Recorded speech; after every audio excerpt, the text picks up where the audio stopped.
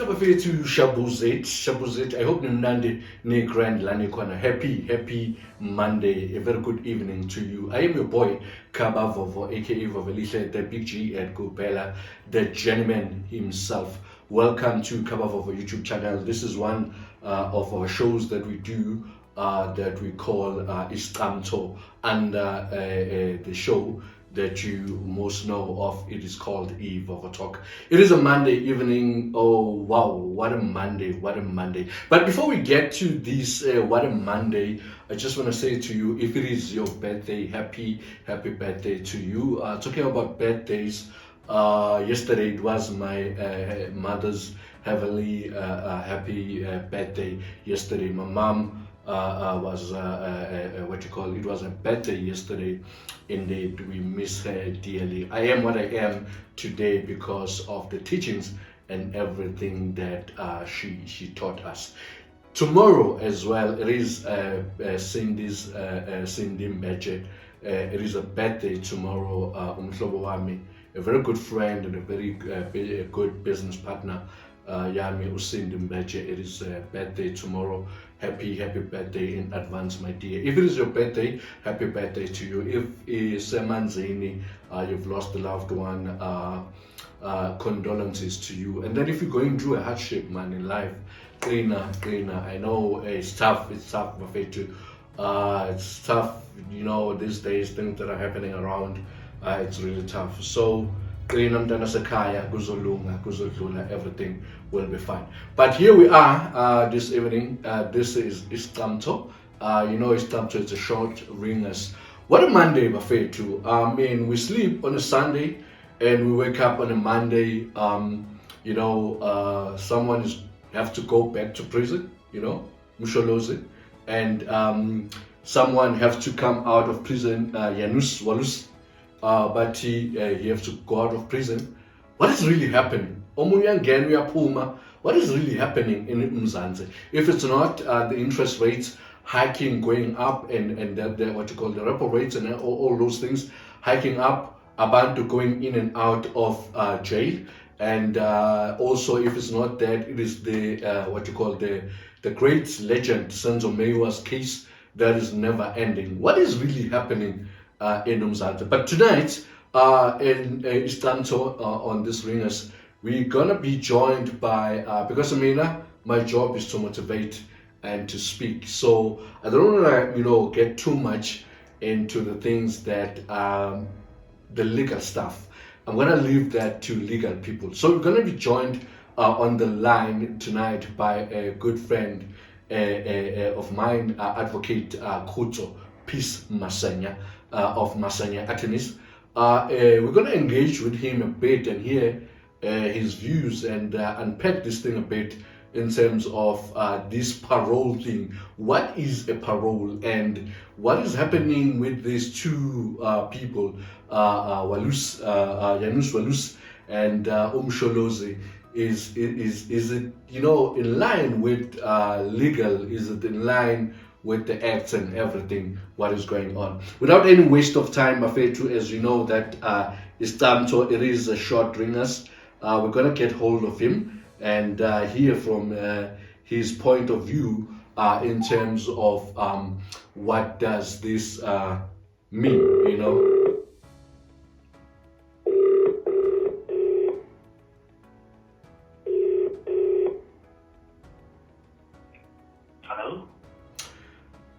Say, Bosso. Yes, my brother. How are you doing, my brother? Not too bad, how are you? I'm good. It's Kabavovo, and this is Istanto on the Eve of a Talk on Kabavovo YouTube channel. Thank you so much for taking our call tonight. Otherwise, how's your Monday been? Yeah, it's all about 100%. 100%. Yeah. Murena, man. I sleep yesterday and I wake up today and boom, all over the show, the news and everywhere, people are talking legally, specifically parole. Someone have to go back to jail, Umsholoze, and Janus Walus have to, be released on parole. What is happening? You know, what is going on? As a legal man, as a legal practitioner, what is your views on this? But before we get to that, Auti, for someone you know, in the streets or just a normal person, when you're talking about parole, what is parole? You like catching me off guard, but I'm gonna tell you in simple terms. Okay. You're asking me what a parole is. Yes, sir. Basically, it's the release of a person before he finishes, that is, he or she finishes the sentence that has been given upon conviction. In other words, X has been to court, found guilty, and sentenced. But on serving that sentence and before completing the service of the sentence, X is released on certain conditions by a decision made by the parole board, basically. Yeah. Okay. Is there any act that governs that or works around that? Yeah, if you're talking the case of Umsholosi, you basically are talking the same act as in the case of Janus Walus, and you're talking there about the Correctional Services Act. Both of them makes provision for the parole board to make a decision to basically release a person before they finish their sentence. But maybe just to qualify, the applications are not the same. Okay. In the case of Umsholosi, the application to be released was the one based on medical condition. Okay. Commonly referred to as medical parole. Sure. And there you're talking specifically Section 757, Correctional Services Act.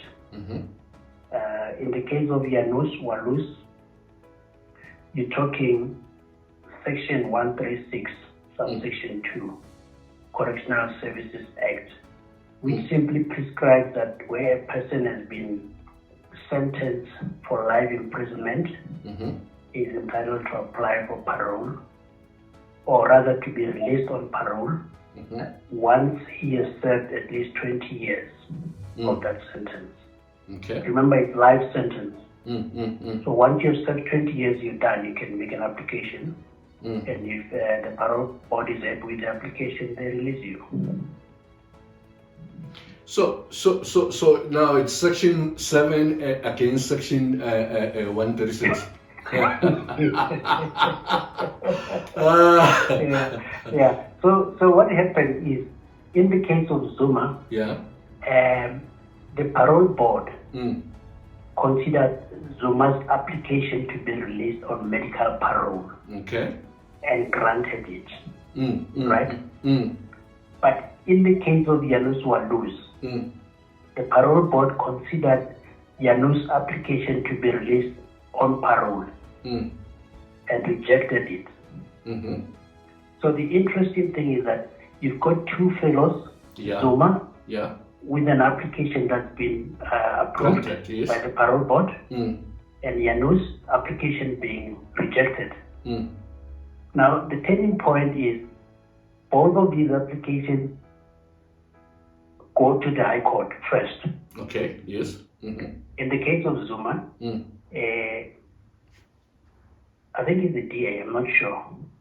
Okay. The DA says no, but the decision to release Mr. Zuma on parole was unlawful. And the basis of that is that it went against the recommendations of the Medical Parole Advisory Board. Official Section 7. Well, it's under Section 75.7. Yeah, so but now remember, let me put it in perspective. Zuma would have brought an application in terms of that section, 75.7. But the parole board will consider that application because the application seeks to be releasing Mr. Zuma on medical parole, there is a medical parole advisory board that makes recommendation for or against the release. Okay. So in this instance, the medical parole advisory board made recommendations not supporting the release of Mr. Zuma on parole. Now, the decision by the parole board was regardless of that recommendation, and they released Mr. Zuma. That makes sense, eh? Yeah, it does make sense, but in terms of these recommendations, who qualifies and passes these recommendations? Well, remember, a parole board sits and consider an application. Yes. In the process of considering an application, if it's a medical parole, like in the case of Msholozi, yes, they will be guided by the medical parole advisory board, right? Let's strike a balance with Janus before we tie this one. All right, sure. In the case of Janus Walus, yeah, the medical parole board did not sit to consider that application. No, sorry, not the medical parole board, but the medical parole advisory board did not sit and make recommendations there. Okay. Because Janus was not seeking to be released on medical parole. Yes. Remember, we're talking now. It was on basis on the sentence of 20 years that he had served. Yes. Yes, yeah. And then he's guided by Section 136, Subsection 2, okay. Correctional Services Act. Now, in consideration of the Janus application, there was an omission, if you like, by the parole board considering the application. And the omission was this. Janus is entitled to be given information that, well, let me put it differently. Okay. In the case of Janus Walus, he's entitled to any representation made in consideration of his application for to be released by parole, on parole. Okay. So in this instance, you have a statement made by, I think, the wife of the late Mr. Chris Hani. Yes. That statement never reached the parole board for consideration. So in other words, Mrs. Hani made a statement which it's not denied the statement is there, but that statement was never made available to Janus. Consequently, that statement was never considered by the parole board in that decision rejecting Janus Walus' application to be released by the parole board. So the decision was made without that statement? Yes. Put it simple, the decision of the parole board was made without considering the statement by Mrs. Hani and the statement which by right Janus is entitled to, because it is his application. Okay. So the High Court said no, but this is irregular. And they found that the application rejecting the decision rejecting the application of Janus to be released on parole was offended basically those procedural requirements. And you recall this one year Janus has gone as far as the Constitutional Court. So let's tie them up. Okay, cool. In Zuma's case, the decision to release him on parole was found to have been unlawful. Okay. In that it ignored the medical parole advisory board recommendation. Okay. Or it contradicted the Medical Parole Advisory Board recommendation. In the case of Yunus, the initial decision rejecting Yunus' application to be released on parole is found by the Constitutional Court to have been contrary to the requirements.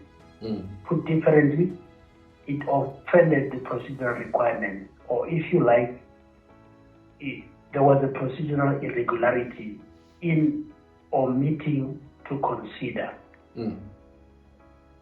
Right? Yes, sir. The statement by Ms. Ali. So in Yunus' case, the initial decision rejecting his parole is reversed by the Concord. In Zuma's case, the initial decision to release him by parole is rejected by the SCA. So effectively saying no, but Zuma must go back to prison. And in Yunus, effectively saying no, but Yunus must go, must be released. You see, Meauti, what puzzles me here is I'm gonna dwell a bit on Msholozi's case. What puzzles me is there are two recommendations here that's sitting here, right? Because upon approval of the medical parole, there was a recommendation made. Am I correct? Yeah. And now another recommendation have recently came through to say the parole was granted unlawfully, therefore he must go back. So now the question becomes to a normal person like me, a citizen that doesn't know law or sitting there like listening to the news or watching whatever the thing is, when these people are looking at the recommendations and granting the decisions, are they what you call controlled or governed by the same law, or the law differs somewhere, somehow? Because I'm failing to understand that obviously upon the first recommendation to say release him on medical parole, they looked at the recommendation, matching it with the act that says on medical parole this is what is happening, they granted him. Now these ones, they come in and say this is the recommendation, he must go back. They are going back to the same act or rule, but now they find that recommendation is now correct to say you must go back. Let's put it in perspective. So we on Zuma now, eh? Sure. So there are two things. One is the decision of the parole board, and two is the recommendation of the medical parole advisory board before the parole board makes a decision. So there is the main parole board considering the application, but there is an advisory board that makes recommendations whether one is fit to be released on parole, medically so or not. So in the case of Msholozi, the complaint really is there was a medical parole advisory board that said and considered the medical conditions of Msholozi. Okay. And come to a conclusion that no, wara, and the conclusion was that it is not just and equitable, if you like, to release Mr. Zuma on medical parole. Whatever the exact recommendations were, the effect thereof, because I haven't read them, the effect thereof is that it was not just for Mr. Msholozi to be released on medical parole. So the real crux of the complaint here is, despite the advice by the medical parole advisory board, the parole board sitting in consideration of his application to be released on parole said, no, we are releasing you on medical parole.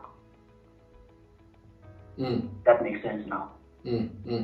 So the finding by the court is to say This was basically illegal because it went against the Medical Parole Advisory Board recommendation.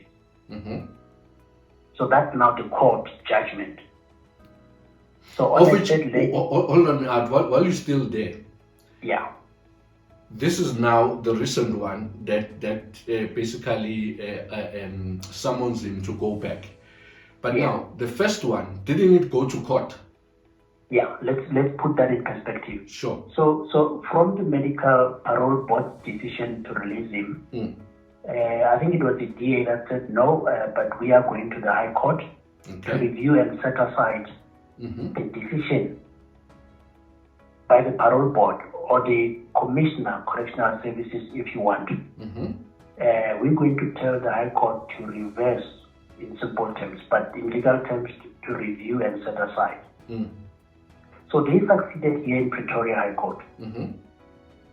Now, after they succeeded, the Minister or Correctional Services Department was not happy, and they went to appeal the High Court decision, which reviewed and set aside the decision by the Medical Parole Board, right? And on appeal, that appeal was dismissed by the SCA. That's the judgment you and I are talking about today. And that dismissal of the appeal effectively says the judgment by the High Court Pretoria stands. What does it say? It says no, the decision to release him on medical parole was unlawful. Now, in Janus Walus, the matter also went to court. After the decision by the parole board said no, we're not releasing him, the guys took it to court and said to the court, but you must review and set aside this because it clouded with procedural irregularities.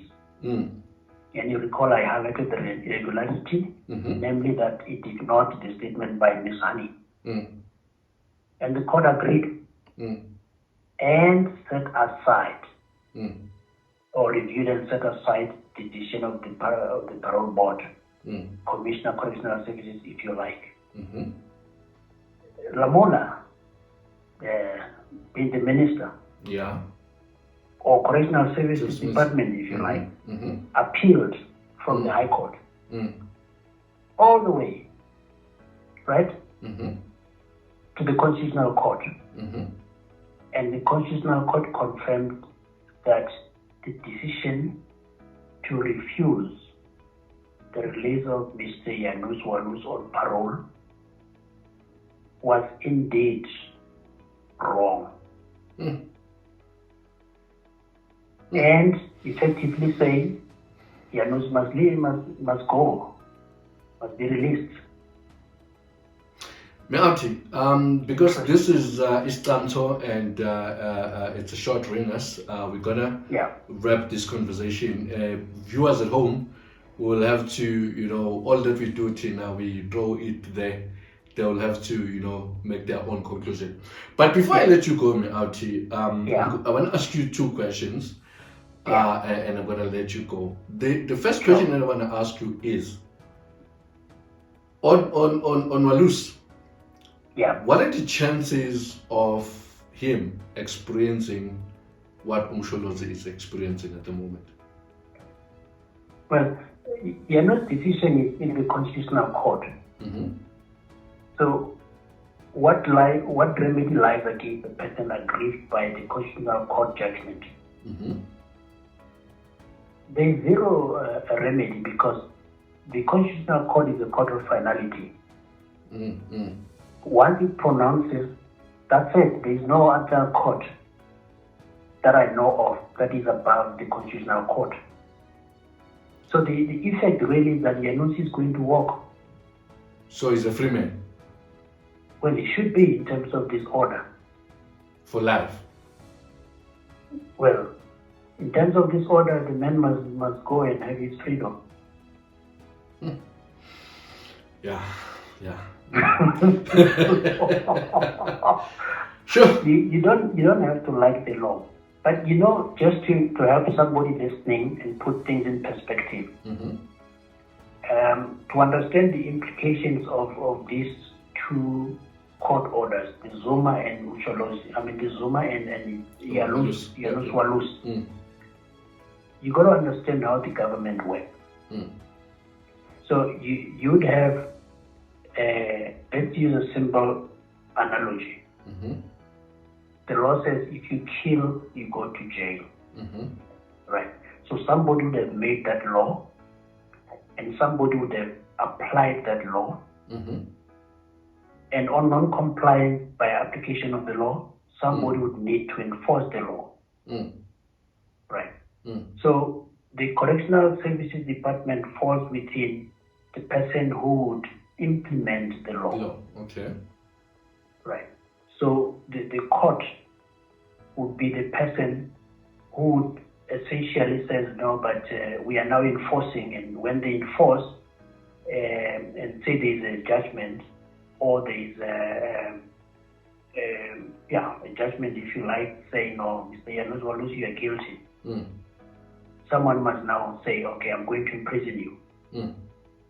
So in short, you'll be talking of what we call the three spheres of government: the parliament, the making the laws, the executive, the implementing the laws, and the courts, as you know, will be the last sphere. That's the administration of justice. That execute the law. You know what the court does. Yes.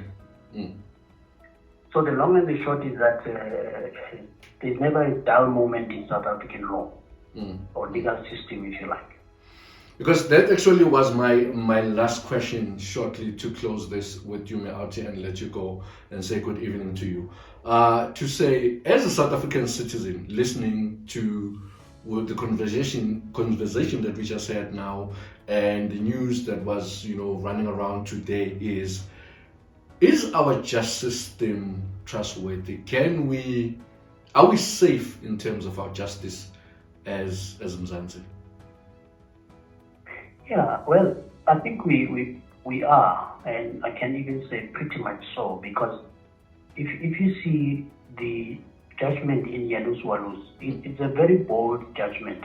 If you consider the history of our politics, and the prominent role that Mr. Hani played, and if you look at just the pigmentation of the killers of Hani, you would know that it does not go well with a lot of us South Africans.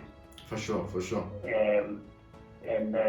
But yet you see the presiding judge is one pigment different from Yanus, and yet is the one making a call to say no, but this man must be released.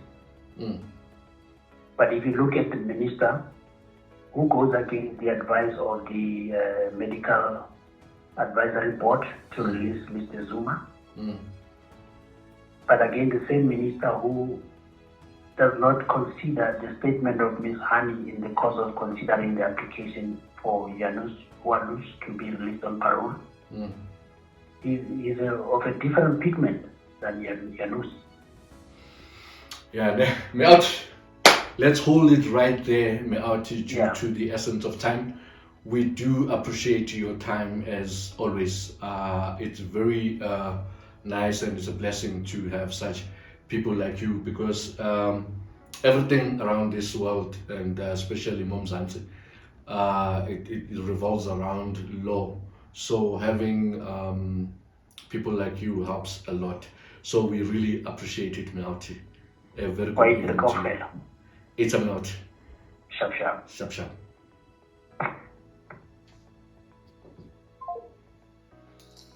Shoo! Bukele Lapekaya, you heard it yourself. That was Advocate Peace Kuto Masanya taking us through in terms of these two parole cases that we just experienced today in terms of Yanus Walus and Jacob Zuma Musholozi himself. So now the thing is, we've got feelings, because we've got people that love Krisani, and we've got people that love Umsholozi, and on their own personal basis. However, umlaw, umthetho, law is law. So they say no one is above the law. Whether that's the case or not, that's up to you to make a decision. All that we came to do on this Monday, as your boy Kabavovo, aka Voveliche, the big Jed Kupela, the journeyman himself, it was to come into your space and draw a bone, as we always do to you on Stamto, and say, here's the bone, this is what we think about the bone. You carry on, Ultabe, Lilitambo, and then make your own conclusion. Whatever conclusion that you make, I hope it will be a conclusion that will give you peace, and you'll be able to sleep at night. Buffet 2, this is where we come in and close this and say a very good evening to you. Salute, peace, we out. Cheers.